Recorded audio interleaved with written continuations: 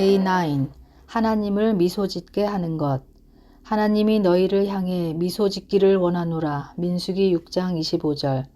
당신의 종인 나에게 미소를 지어 주십시오. 바르게 사는 방법을 가르쳐 주십시오. 시편 119편 135절. 하나님을 미소짓게 하는 것이 우리 삶의 목표다. 하나님께 기쁨을 드리는 것이 우리 인생의 첫 번째 목적이기 때문에 우리가 수행해야 할 가장 중요한 임무 또한 그 목적을 달성하는 방법을 찾는 것이다. 성경은 이렇게 말한다. 주께 기쁘시게 할 것이 무엇인가 시험하여 보라. 에베소 5장 10절. 다행히 성경은 우리에게 하나님을 기쁘시게 하는 삶의 예를 명확하게 보여주고 있다. 그의 이름은 노아다. 노아의 때에 온 세상은 도덕적으로 파탄 상태였다. 모든 사람이 하나님의 기쁨이 아닌 자신의 기쁨을 추구했다. 하나님은 당신을 기쁘게 하는 것에 관심을 가진 사람을 단 한 사람도 찾을 수 없었고 이것은 하나님의 마음을 슬프시게 했을 뿐만 아니라 인류를 창조한 것을 후회하시게까지 했다. 하나님은 인간에게 너무나 실망하셔서 모두 멸망시키겠다고 생각하셨다. 그때 하나님은 자신을 미소짓게 만드는 한 사람을 발견하셨다. 성경은 이렇게 말한다. 노아는 주님께 기쁨이었다. 창세기 6장 8절. 하나님은 말씀하셨다. 이 친구가 나에게 기쁨을 주는군. 나를 이렇게 미소짓게 한단 말이야. 그의 가족으로 처음부터 다시 시작하겠다. 노아가 하나님께 기쁨을 드렸기 때문에 지금 당신과 내가 살아있는 것이다. 노아의 삶을 통해서 우리는 하나님을 미소짓게 할 수 있는 5가지 예배의 모습을 볼 수 있다. 하나님은 우리가 그를 가장 사랑할 때 미소 지으신다. 노아는 세상의 그 어떤 것보다 하나님을 사랑했다. 더 나아가서 노아는 다른 사람들이 하나님을 사랑하지 않을 때도 그분을 사랑했다. 성경은 노아가 살아있는 동안 의인이요 당세의 완전한 자라 그가 하나님과 동행하였으며 창세기 6장 9절에 말한다. 하나님이 우리에게서 가장 보고 싶어 하시는 모습이 바로 관계다. 세상에서 가장 놀라운 진실은 우리의 창조주가 우리와 교제하기를 원하신다는 것이다. 하나님은 우리를 사랑하기 위해 만드셨고 우리가 그 사랑을 그분에게 되돌려주기를 원하신다. 하나님은 말씀하신다. 나는 너의 제사를 원하는 것이 아니고 너의 사랑을 원한다. 나는 너의 재물을 원하는 것이 아니고 내가 나를 더 알기를 원한다. 호세야 6장 6절. 이 구절에서 하나님이 우리에게 갖고 계시는 열정을 느낄 수 있는가? 하나님은 우리를 깊이 사랑하시고 우리가 또한 하나님을 사랑하기를 원하신다. 그러기에 그분은 우리가 하나님을 알아가고 그분과 함께 시간을 보내기 원하신다. 하나님을 사랑하고 하나님의 사랑을 받는 방법을 배우는 것이 우리 삶의 가장 큰 목적이 되어야 하는 이유가 이 때문이다. 이 어떤 것도 이보다 더 중요할 수 없다. 예수님은 그것을 가장 중요하고 큰 계명이라 하셨다. 예수께서 가라사대 내 마음을 다하고 목숨을 다하고 뜻을 다하여 주 너의 하나님을 사랑하라 하셨으니 이것이 크고 첫째 되는 계명이요. 마태복음 22장 37절 38절 말씀. 하나님은 우리가 당신을 온전히 신뢰할 때 미소 지으신다. 노아가 하나님을 기쁘시게 한 2번째 이유는 그가 전적으로 하나님을 신뢰했다는 것이다. 이해되지 않는 상황 속에서도 그는 하나님을 신뢰했다. 성경은 이렇게 말한다.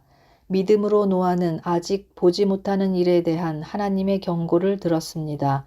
그는 하나님께 순종해서 그의 가족을 구원할 방주를 지었습니다. 그는 믿음으로 세상이 잘못되어 가고 있음을 사람들에게 알리고 하나님과 의의 관계를 맺은 사람이 되었습니다. 히브리 11장 7절. 이 장면을 한번 상상해보라. 어느 날 하나님이 노아에게 오셔서 말씀하신다. 나는 인간들에게 실망했단다. 이 세상에 나를 생각하는 사람은 너밖에 없구나. 하지만 노아야, 내가 너를 바라볼 때 나는 미소를 짓는다. 너의 삶을 기뻐하기 때문에 나는 세상에 홍수를 내릴 것이지만 너의 가족을 중심으로 새롭게 시작하려고 한다. 나는 너와 동물들을 구할 수 있는 커다란 배를 내가 만들기를 원한다. 노아가 의심할 수도 있었을 3가지 문제가 있었다. 첫째, 노아는 비를 한 번도 본 적이 없다. 왜냐하면 홍수가 오기 전에 이 땅의 모든 물은 하나님이 지면의 샘을 터뜨려서 주셨기 때문이다. 창세기 2장 5절에서 6절. 그래서 그들은 무지개를 본 적도 없었다. 둘째로 노아는 가장 가까운 바다에서부터 수백 킬로미터 떨어진 곳에 살고 있었다. 그가 배를 만드는 법을 배운다 하더라도 그 배를 어떻게 물가로 옮길 수 있겠는가. 세 번째는 모든 동물을 모으고 돌봐야 했다. 하지만 노아는 불평하거나 핑계를 대지 않았다. 대신 하나님을 전적으로 신뢰했는데 그것이 하나님을 기쁘시게 했다. 하나님을 온전히 신뢰한다는 것은 하나님이 우리 삶에 가장 좋은 것이 무엇인지 아신다는 믿음을 갖는 것을 의미한다. 하나님이 약속을 지키시고 문제에 부딪혔을 때 도와주시며 불가능한 일을 해결해 주시기를 기대하는 것이다. 성경은 이렇게 말한다. 여호와는 자기를 경외하는 자와 그 인자하심을 바라는 자들을 기뻐하시는도다. 시편 147편 11절. 노아가 방주를 다 짓는 데는 120년이 걸렸다. 그는 분명 힘든 날들을 보냈을 것이다. 해가 거듭되어도 비가 올 기미는 보이지 않았고 그는 하나님이 자기에게 말을 한다고 믿는 미친 사람이라는 비난을 받았다.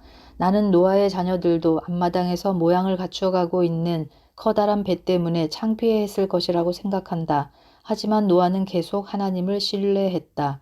우리 삶의 영역 가운데 어떤 부분에서 우리는 하나님을 전적으로 신뢰해야 하는가? 신뢰는 예배의 모습이다. 자녀들이 부모의 사랑과 지혜를 신뢰할 때 부모가 기뻐하듯 하나님도 우리의 믿음에 기뻐하신다. 성경은 이렇게 말한다. 믿음 없이는 기쁘시게 못하나니. 히브리 11장 6절. 하나님은 우리가 마음을 다해 순종할 때 미소 지으신다. 전 세계를 뒤덮은 홍수에서 동물들을 구해내는 것은 운송 방법과 그 외의 구체적인 사안들에 많은 신경을 써야 하는 일이었다. 모든 것은 하나님이 처방해 주시는 대로 이루어져야 했다. 하나님은 노아야, 내가 원하는 대로 아무 배나 지어라고 말씀하지 않으셨다. 하나님은 방주에 실을 동물 각각의 수뿐 아니라 방주의 크기, 모양, 재료까지 세세하게 지시하셨다. 성경에 나타난 노아의 반응은 이러하다. 노아가 그와 같이 하되 하나님이 자기에게 명하신 대로 다 준행하였더라. 창세기 6장 22절. 노아가 모든 것에 순종했고 단 하나의 지시사항도 간과하지 않았다. 그리고 정확하게 순종한 것을 하나님이 원하시는 방법과 시간에 맞춰 보라, 이것이 온 마음을 다하는 것이다. 하나님이 노아를 보시며 기뻐하신 것은 너무나 당연하지 않은가. 만일 하나님이 우리에게 큰 배를 지으라고 명하셨다면 우리는 그에 대해 의문을 제기하고 반대를 하며 조건을 달지 않았겠는가. 노아는 그렇지 않았다. 그는 진심으로 하나님께 순종했다. 진심 어린 순종이란 하나님이 명하신 것에 조건을 달지 않고 지체 없이 무엇이든 행하는 것이다. 미루지 않아야 한다. 기도해 보겠습니다 라고 말하지도 않는다. 망설임 없이 바로 행한다. 나중에 하겠다는 말이 사실은 하지 않겠다는 뜻임을 모든 부모는 안다. 하나님은 우리에게 설명을 하시거나 설명하신 것에 대해 이유를 말해줄 필요가 없으시다. 이해는 나중에 하더라도 우선 순종해야 한다. 즉각적인 순종은 평생 성경에 대해 토론하고 공부하는 것보다 훨씬 많은 것을 가르쳐 줄 것이다. 사실 먼저 순종하지 않으면 이해할 수 없는 명령도 있다. 순종은 이해의 열쇠이기 때문이다. 우리는 때때로 하나님께 부분적인 순종을 하려고 한다. 우리는 순종하기 좋은 명령들을 취사 선택하고 싶어 한다. 좋아하는 명령만으로 목록을 만들어 그것들만 순종하고 부당하고 어려우며 비용이 많이 들고 혹은 사람들에게 인기를 끌 수 없는 명령들은 간과한다. 교회에는 가겠지만 11조는 내지 않겠다. 성경을 읽긴 하겠지만 나에게 상처를 준 사람은 용서하지 않겠다. 하지만 이러한 부분적인 순종은 불순종이다. 진심으로 하는 순종은 기쁜 마음으로 열심을 가지고 하는 것이다. 성경은 이렇게 말한다. 기쁜 마음으로 순종하라. 시편 100편 2절. 이것이 다윗의 자세였다. 주님, 제게 무엇을 해야 할지 말씀해 주십시오. 그대로 하겠습니다. 제가 사는 동안 진심으로 당신께 순종하겠습니다. 시편 119편 33절. 야고보는 이미 크리스천이 된 사람들에게 이렇게 말했다. 우리가 믿는 것뿐 아니라 하는 행동들로 하나님을 기쁘시게 해야 한다. 야고보 2장 24절. 하나님은 우리가 스스로의 힘으로 구원을 얻을 수 없다고 명확하게 말씀하신다. 우리의 노력이 아닌 은혜로만 가능하다. 하지만 하나님의 자녀로 우리는 하늘에 계신 아버지께 순종을 통해 기쁨을 드릴 수 있다. 모든 순종의 모습은 또한 예배의 모습이다. 왜 순종이 그토록 하나님을 기쁘시게 만들까? 왜냐하면 이를 통해 하나님을 사랑한다는 것을 알 수 있기 때문이다. 예수님은 말씀하셨다. 너희가 나를 사랑하면 나의 계명을 지키리라. 요한복음 14장 15절. 하나님은 우리가 계속해서 당신을 찬양하고 감사드릴 때 미소 지으신다. 마음에서 우러나오는 찬양을 받고 감사의 인사를 받는 것만큼 기분 좋은 일은 없다. 하나님도 이를 좋아하신다. 우리가 경의와 감사를 표할 때 그분은 미소 지으신다. 노아는 찬양과 감사의 마음으로 살았기 때문에 하나님을 기쁘시게 했다. 세상의 그 누구도 하나님을 예배하지 않았을 때 노아는 하나님께 예배드렸고 홍수에서 살아남은 이후 그가 가장 먼저 한 행동 또한 산 제물로 하나님께 감사드린 것이었다. 성경은 이렇게 말한다. 노아가 여호와를 위하여 단을 쌓고 모든 정결한 짐승 중에서와 모든 정결한 새 중에서 취하여 번제로 단에 드렸더니 창세기 8장 20절.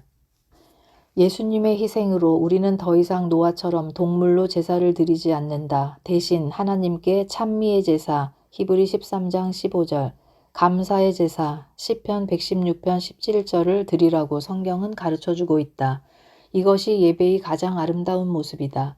우리는 하나님 되심을 찬양하고 그분이 우리를 위해 하신 일들에 대해 감사한다. 다윗은 찬양했다. 내가 노래로 하나님의 이름을 찬송하며 감사함으로 하나님을 광대하시다 하리니 이것이 소 곧 뿔과 굽이 있는 황소를 드림보다 여호와를 더욱 기쁘시게 함이 될 것이라. 시편 69편 30절 31절. 우리가 하나님께 찬양과 감사를 드릴 때 놀라운 일들이 벌어진다. 하나님께 기쁨을 드리면 우리의 마음도 기쁨으로 가득 차게 된다. 어머니는 나를 위해 요리해 주는 것을 좋아하셨다. 내가 K와 결혼했을 때에도 우리 부모님 댁에 방문하면 어머니는 아주 기가 막힌 요리를 손수 만들어 주시곤 하셨다. 어머니의 커다란 기쁨 가운데 하나가 자녀들이 어머니가 준비한 음식을 먹고 즐거워하는 것을 보시는 것이었다. 어머니가 만든 음식을 먹는 것을 즐거워하면 할수록 어머니는 더 기뻐하셨다. 그뿐 아니라 우리도 음식을 먹으며 즐거움을 표현하여 어머니를 기쁘게 하는 것을 좋아했다. 이렇게 함으로써 모두가 기뻐할 수 있었다. 나는 어머니가 만들어주신 맛있는 음식을 먹으면서 극찬을 하고 어머니에게 찬사를 보냈다. 나는 음식을 즐길 뿐 아니라 어머니를 기쁘게 해드리려고 했다. 모두에게 기쁨이었다. 예배도 역시 이와 같은 상호작용을 한다. 우리는 하나님이 우리를 위해 해주신 것들에 기뻐하고 우리가 그 즐거움을 하나님께 표현할 때 하나님 또한 기뻐하신다. 그리고 이는 우리에게 더 큰 기쁨을 준다. 시편은 이렇게 말한다. 의인은 기뻐하여 하나님 앞에 뛰놀며 기뻐하고 즐거워할지어다. 시편 68편 3절. 하나님은 우리가 능력을 사용할 때 미소 지으신다. 홍수 이후에 하나님은 노아에게 다음과 같은 간단한 지시를 내리셨다. 생육하고 번성하여 땅에 충만하라. 무릇 산 동물은 너희의 식물이 될지라. 채소같이 내가 이것을 다 너희에게 주노라. 창세기 9장 1절에서 3절. 하나님은 말씀하셨다. 이제 네가 평상시와 같이 살 때가 되었다. 그러니 이제부터 내가 인간에게 부여한 일들을 수행하여라. 배우자와 사랑을 나누어라. 아이를 낳아라. 가정을 꾸려라. 곡식을 심고 그것을 먹어라. 인간의 방식으로 살아라. 나는 너희들을 이렇게 만들었다. 우리가 성경을 읽고 교회에 가며 기도하고 믿음에 대해 이야기하는 것과 같은 영적인 활동을 할 때에만 하나님이 우리를 바라보며 기뻐하실 것이라고 생각할지도 모른다. 그리고 하나님이 우리 삶의 다른 부분들에 대해서는 관심이 없을 것이라고 생각할지도 모른다. 그러나 사실 하나님은 우리가 일을 하든 놀든 쉬든 혹은 먹든 우리 삶의 모든 구체적인 부분을 바라보며 기뻐하신다. 우리의 움직임을 단 하나도 놓치지 않으신다. 성경은 이렇게 말한다. 주님께서 사람의 갈 길을 정하시고 삶의 모든 부분에 대해 기뻐하신다. 시편 37편 23절. 죄를 제외하고서 사람이 하는 모든 활동이 찬양의 자세를 가지고 행해질 때 하나님께 기쁨을 드릴 수 있다. 우리는 하나님의 영광을 위해서 접시를 닦고 기계를 수리하며 물건을 팔고 컴퓨터 프로그램을 작성하며 곡식을 키우고 또한 가정을 꾸릴 수 있다. 자식을 자랑스러워하는 부모처럼 하나님도 당신이 주신 재능과 능력을 발휘하는 우리의 모습에 특히 기뻐하신다. 하나님은 일부러 우리 각자에게 다른 능력을 주셨다. 어떤 사람은 운동을 잘하도록, 또 어떤 사람은 분석적이게 만드셨다. 우리는 기계, 수학, 음악 또는 그 외의 수천 가지 기술에 대한 능력을 받았을 수 있다. 이 모든 능력들은 하나님을 기쁘시게 할 수 있다. 성경은 이렇게 말한다. 하나님은 각 사람을 다르게 만드셨고 우리가 지금 하는 모든 일을 보고 계신다. 시편 33편 15절. 우리의 능력을 숨기거나 다른 사람처럼 되기 위해 노력할 때는 하나님께 영광이나 기쁨을 드릴 수 없다. 우리의 모습으로 있을 때만 하나님께 기쁨을 드릴 수 있다. 우리 모습의 어떤 부분을 거부할 때마다 우리는 하나님의 지혜와 우리를 창조하신 하나님의 주권을 거부하는 것이다. 너는 너의 창조주와 논쟁할 권리가 없다. 너는 토기장이가 빚어놓은 옹기에 지나지 않는다. 진흙은 나를 왜 이렇게 만들었나요? 라고 질문하지 않는다. 이사야 45장 9절. 영화 불의 전차에서 올림픽 육상 선수 에릭 리들은 말했다. 하나님이 나를 만드신 목적이 있다고 생각한다. 하지만 그분은 또한 나를 빠르게 달리는 사람으로 만드셨고 나는 달릴 때 하나님의 기쁨을 느낀다. 후에 그는 뛰는 것을 포기하는 것은 하나님을 모욕하는 것이 될 것이다 라고 말했다. 세속적인 능력은 없다. 단지 능력을 오용할 뿐이다. 하나님의 기쁨을 위해 능력을 발휘해보라. 하나님은 또한 우리가 당신의 피조물들을 즐기는 것을 보며 기뻐하신다. 그분은 우리에게 아름다움을 즐길 수 있는 시각, 소리와 음악을 즐길 수 있는 청각, 냄새와 맛을 즐길 수 있는 후각과 미각, 그리고 촉각을 위한 신경을 주셨다. 모든 즐거움의 행위는 하나님께 감사드릴 때 예배의 모습이 된다. 성경은 이렇게 말한다. 하나님은 우리의 즐거움을 위해 모든 것을 기꺼이 주신다. 디모데전서 6장 17절. 하나님은 우리가 잠자는 것을 보면서도 기뻐하신다. 우리 아이들이 어렸을 때 나는 아이들이 자는 것을 보며 기뻐했다. 가끔은 아이들이 문제만 일으키고 말도 잘 듣지 않던 날도 있었지만 일단 잠이 들면 아이들은 만족스러워 보였고 안전하고 평화로워 보였다. 그리고 나는 내가 얼마나 우리 아이들을 사랑하는지 다시 생각하게 되었다. 아이들은 나에게 기쁨을 주기 위해서 무엇을 할 필요가 없었다. 나는 아이들을 너무 사랑했기 때문에 숨쉬는 것을 바라보는 것만으로도 행복했다. 아이들의 작은 가슴이 오르락내리락 할 때마다 나는 미소를 지었고 때로는 기쁨으로 눈물이 고이기도 했다. 우리가 자고 있을 때 하나님은 사랑으로 우리를 바라보신다. 왜냐하면 우리는 그분의 피조물이기 때문이다. 그분은 마치 우리가 이 세상의 유일한 사람인 것처럼 우리를 사랑하신다. 부모는 자녀들로 인해 기쁨을 누리려고 그들이 완벽하거나 성숙하기를 요구하지 않는다. 부모는 자녀들이 자라가는 성숙의 순간순간 기쁨을 느끼는 것이다. 마찬가지로 하나님은 우리가 성숙할 때까지 기다렸다가 우리를 사랑하지 않으신다. 그분은 우리가 영적으로 성숙해가는 모든 단계를 사랑하시고 모든 단계를 기뻐하신다. 절대로 만족시킬 수 없었던 선생님이나 부모님에 대한 기억이 있을지 모른다. 그렇다고 하나님을 그런 분으로 여기지 말라. 그분은 우리가 완벽하거나 죄 없는 사람이 될 수 없음을 아신다. 성경은 이렇게 말한다. 이는 저가 우리의 체질을 아시며 우리가 진토임을 기억하심이로다. 시편 103편 14절. 하나님이 보시는 것은 우리 마음의 태도다. 하나님을 기쁘시게 하는 것이 우리의 가장 큰 욕구인가? 이것이 바울의 삶의 목표였다. 그런즉 우리는 거하든지 떠나든지 주를 기쁘시게 하는 자 되기를 힘쓰노라. 고린도후서 5장 9절. 우리가 영생의 빛 가운데 살기 시작할 때 과거에 어떻게 하면 좀 더 나 자신을 위해 재미있게 살 수 있을까라고 질문하던 것이 이제는 어떻게 하면 하나님께 더 많은 기쁨을 드릴 수 있을까로 바뀌게 되는 것이다. 하나님은 21세기에 노아와 같이 하나님의 기쁨을 위해 살 의지가 있는 사람을 찾고 계신다. 예배하는 삶만이 현명하고 양식 있는 삶의 방식이다. 다른 모든 삶의 방식은 어리석은 것이다. 성경은 이렇게 말한다. 주님은 누가 현명하고 누가 하나님을 기쁘게 하길 원하는지 보시기 위해 항상 하늘에서 모든 인류를 내려다보고 계신다. 시편 14편 2절. 하나님을 기쁘시게 하는 것을 삶의 목표로 삼을 것인가? 이 목표에 온전히 열중해 있는 사람들을 위해 하나님이 해주시지 않는 것은 없다.